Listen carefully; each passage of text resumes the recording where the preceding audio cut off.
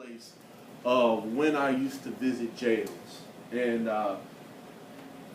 one thing as a pastor that I never anticipated, I never knew that it would happen so often, is how many jails I would find myself visiting since I became a pastor. And I just put down some names. I've been down to Powertown in South Virginia.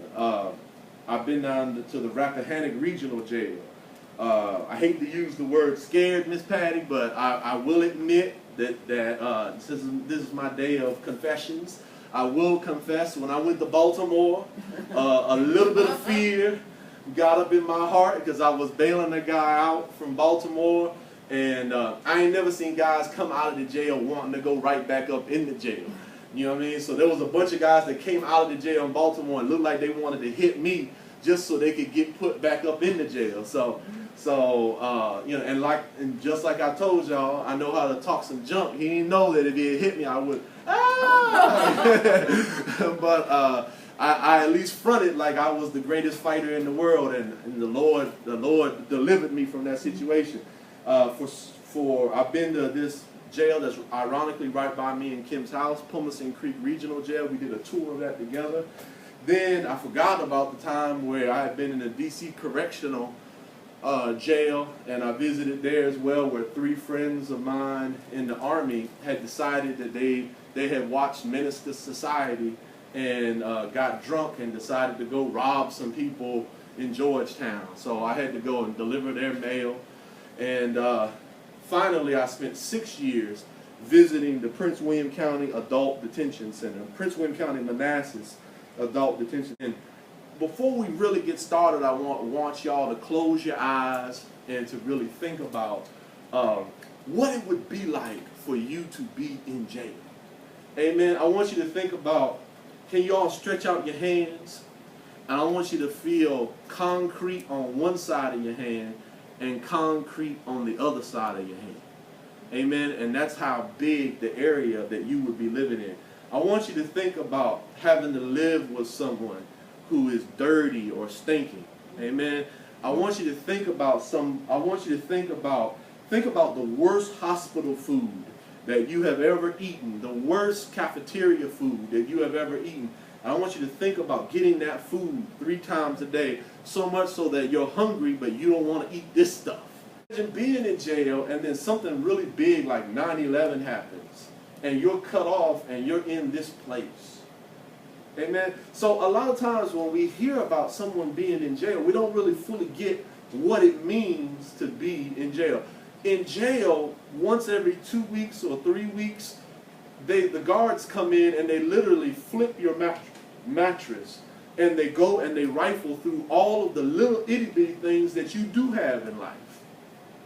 Amen. So if you can picture what it's like to be in jail, it is, even modern jails are a rotten experience.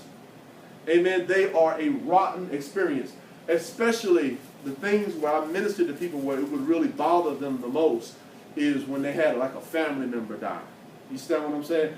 I know Carol and Patty have lost a father. Jermaine has lost a grandmother's. Amen. Samika has lost paternal and maternal people in her life. And me and Mama Terry and Kim have lost like a slew of people in the last 8 to 10 years. Can you imagine you being in jail when something like that happened?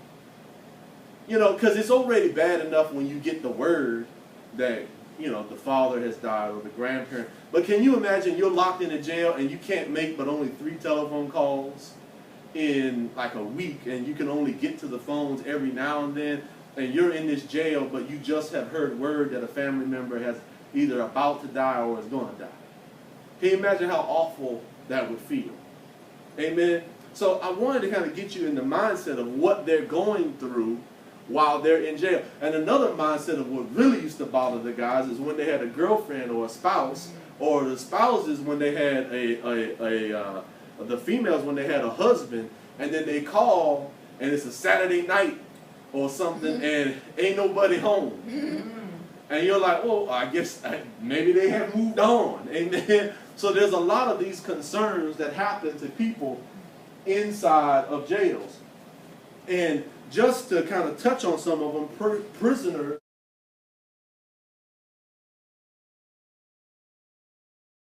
face the following issues. They face claustrophobia. They face also, we don't really experience this as fully as you would like to, because they also face lack of randomness. There's no random. Everything is the same day. Everything is the same every day. They face problems with cellmates. Some of the cellmates are just annoying. Some of the cellmates are aggressive. Amen. For y'all females, something that's kind of blown up is lesbianism and aggressive lesbians inside of the jail. Okay, it used to be that only the brothers had to worry about that on the male side, but now that's kind of moved over to the female side. Problems with rules or correctional officer things. So some of the people who are watching the inmates have the same mentality as the inmates. Okay, so you're in jail and you have to deal with one of these people like that. You also, while you're in jail, you're missing family because you're not around your family. Amen. You know, I mean, you think about how much, you see how much Samika loves her children. Can you imagine Samika being, I know it's hard to imagine. Imagine her being in jail away from her babies. And then having to, like, I hope, you know, Speedy got to handle it by himself, and Jermaine and Speedy are doing that, you know. So she's having to deal with that and think about that. The same concept, they are having to deal with missing their families. And then there's also social judgment. There's social judgment. It is the feeling while you're in there that everyone has given up on me. No one believes in me. Everyone hates me outside because they know what I did. Okay? Then there are financial issues, because guess what? When you get locked up in jail, guess what still comes? The bills are still coming while you are in jail. Amen? And then finally, there is a loss of purpose. A lot of times people have a purpose when they're out there, and then they get locked up and they see that their plans have severely changed, and they see that I don't have a purpose anymore. What am I supposed to do while I'm in here, Lord? Do I just wait till I get out? Is that my purpose? So prisoners, though, they become institutionalized.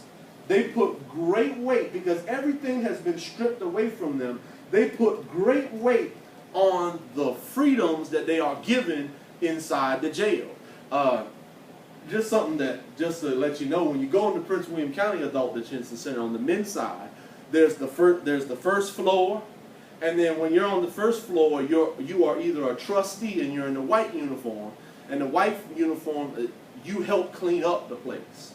Okay? And I've never seen a janitorial position that is so highly esteemed as when you are in jail.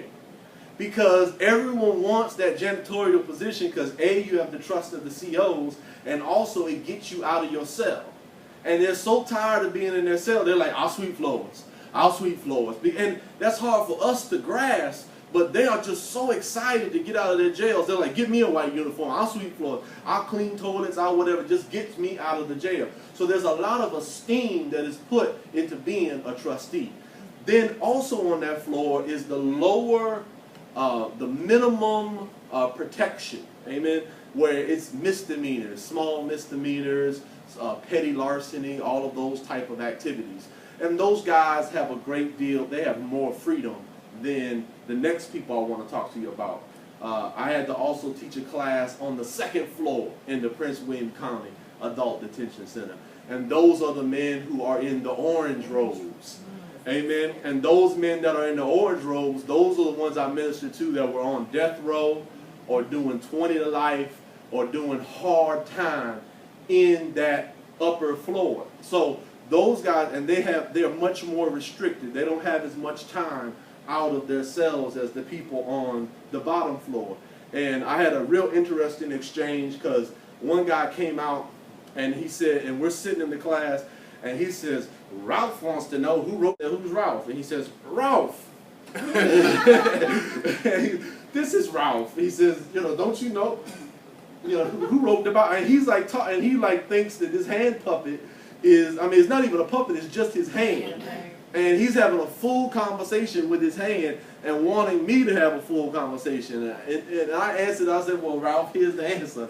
Because, I was thinking, like, I only got so much time before the guards could come in. Because, he had this long hair and he looked like a young Charlie Manson, okay? Oh.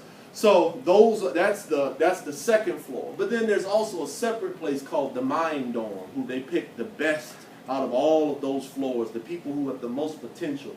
And they put them in this place called the Mind Dorm, which is even more minimal security than the second floor, where they get a chance to think and study the word and try to grow and get jobs set up when they leave.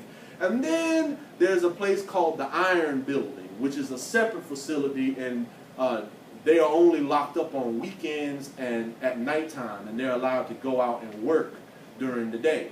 So there's all these different places, and they put so much esteem in what part of the jail cell they're working in, or what part they're living in, or the different things or the different liberties that they're given inside of the jail. And creature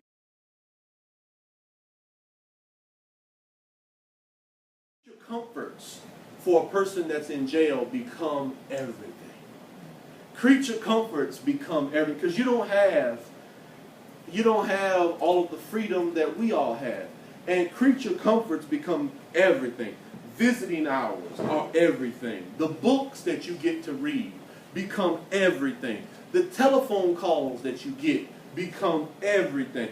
And now you ain't got to raise your hand and admit it, but for us who have had family members in jail, let a family member in jail get your telephone number. Amen. They will blow up your phone because that telephone call is everything to them.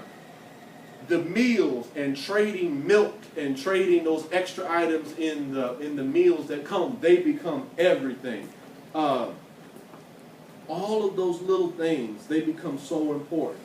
And the person that's in jail becomes institutionalized, where everything is about this prison life, and it's almost like they speak a different language. A pastor, assistant pastor of Mount Olive Baptist Church, came to the jail, or we had a jail extravaganza of the people who were having the ministry, and he delivered to ex-inmates this beautiful sermon called Locked In, but Not Locked Out. That you're locked inside the jail, but you're not locked out of God's grace and mercy.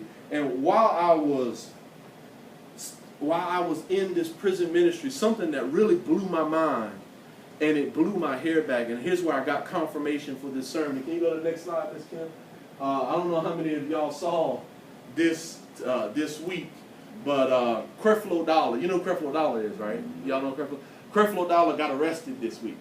And he got arrested this week because, for some type of domestic dispute. I was shocked and reminded of lessons that the Lord taught me when I went to visit the Prince William County Adult Detention Center. Because for those who have never been, I hate to tell you this, but normal people go to jail.